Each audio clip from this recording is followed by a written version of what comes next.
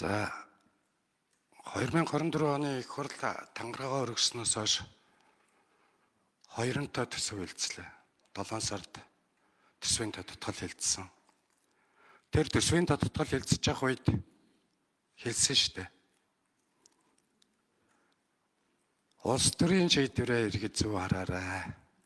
118-ын бүлэг гэдэг бол бие биендээ эрх мэдэл өгнө. Эрх мэдэл өгнө гэдэг чинь төсвийг хэтрүүлнэ. Өргөө зардлыг нэмнэ. Дараа нь биелэгдэхгүй хоосонд зүү цаас үлдээ шүү. Бие биендээ билуугаа үлгэлэл явсан. 10 сар төсөв хэлсэн, мөн төсвийн гүйцэтгэл хүртэл хэлсэн. Хаавсан хавар хэлцэх ёстой зүйлийг энэ жил. Энэ суурь чинь өөрөө буруу байгаад байгаа учраас өнөөдөр улсын их хурл засгийн газрын асуудал болоод байна. Засгийн газар орж ирчээ төсөв хэлцэж явах үед та нар алдагдaltaгүй болгож болно, хасах зүйлээ хасаа гэд хэлээ суугаад байсан. Миний ойлгож. Засгийн газар дотоодын нийт бүтээгдэхүүний 25% төсөвтэй байх ёстой. Хэрвээ үн чинь 35 тэрбум байдгийн бол дотоодын нийт бүтээгдэхүүнээ 140 тэрбум болгож өгөх үү гэж асуусан. 140 тэрбум болгож чадна л гэдэг юм яриад байсан. Ардын нам, арчсан нам, хүн нам 3-ын сонгуулийн мөрийн хөтөлбөрийг байнга сануулна шүү гэж хэлсэн. Та нарын өөрсдийн сонгогчдоос очиж санал авч ирсэн мөрийн хөтөлбөрөөс зөрсөн төсвийг өөрсдөө оруулж ирж өөрсдөө конопод харж баталсан шүү. 126 гэж хэлээд байх шаардлага байхгүй. 118-ын бүтэн бүлгэл энэ бүхнийг хийж байгаа шүү. Ирэх барьж байгаа 3 нам нэг өнгөтэй болсон. Энэ 3 намын хийж байгаа баталж байгаа төсөв шүү. Улсын их хурлын даргаыг энэ улсын их хурлыг битгий 118-ын бүлгийг бүрдүүлсэн засаг шиг битгий болж байгаа гэж их олон удаа санал хүсэл тавьсан. Заримыг нь хүлээж авсан. Их хурлын даргын дэргэдэх зөвлөлд одоо энэ үндэсний хвслийн дарга, манай намын дарга, хүн намаас ингээд хүмүүс ороод тэнд бас нэг мэдээлэл авдаг, санал хэлдэг, таслах хэрэгтэй болсон. Зарим зүйл дээр нь тэмцсэн. Тэгсэн хэрнээ дахиад 3 намын даргынхаа үгэнд ороод тэр төсвийн зарлагын ороо, хүний эрхийн ороо, тусгай хяналтын ороо. Эднэр дээрээс энэ цөөнх байгаа энэ 8 үнэтэй энэ 2 нам хвслийг хасаад л байх шүү. Эднэр дээрээс энэ 8 хүн буюу цөөнхийг асчаад тэгээд засагт ирэх барьж байгаа нам нь сөрөг хүчин буюу цөөнхийн үүрэг гүйцэтгэж байгаа.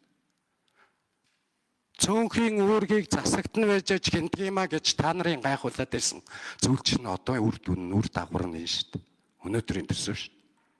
Улсын их хурл төсөв баталж явах үед би хэлжсэн. Наад дагуулж тогтоол гардаг чинь буруу. Хэрэгжиж эхлэегүй батлагдаагүй байгаа төсөв дээр хууль нь хэрэгжиж эхлэегүй байхад тогтоол гарна гэж юу гэдэг юм бэл гэсэн. Бид мэдчихэж байгаа л гэсэн. Энэ суурь утгаа нэгдүгээрт нь бодох шүү. Хоёрт нь өнөөдөр Монголд үндсэн хуулийн цэцгийн дүгнэлт гарахаар ард нь улс төрийн үр дагавар гардаг. Хууль өөрчлөгддөг, засаг солигддог. Ерөнхийлөгчийн ориг орж ирэхээр ард нь үр дагавар гардаг, үр дүн гардаг. Өөрчлөлтүүд явдаг. Дандаа л улс төрийн зорилготой наан эдийн засаг, наан аж амьдрал оюу хүний эрх хэрэгжүүлээ ирсэн зүйлээр ерөнхийлөгчийн оргийг бол иргэний зориг ногооноо хүлээж авах ёстой гэж үзэж байгаа. 118-ын бүлэг одоо юу манаргаж яаж хийж энэ зүйлийг эргэж батлахын тэрийг харах ёстой. Өөрчлөх ёстой зүйлээ өөрчлөх.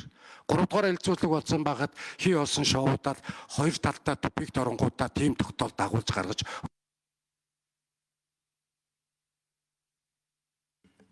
За Батбат гишүүнд нэмж 1 минут өгье. Тийм болохоор энэ төсөв хэлцэж байгаа явцдаа эрх баригч 3 нам 118-ын бүлэг төсвийн зарлагын хяналтын орооноос гараа.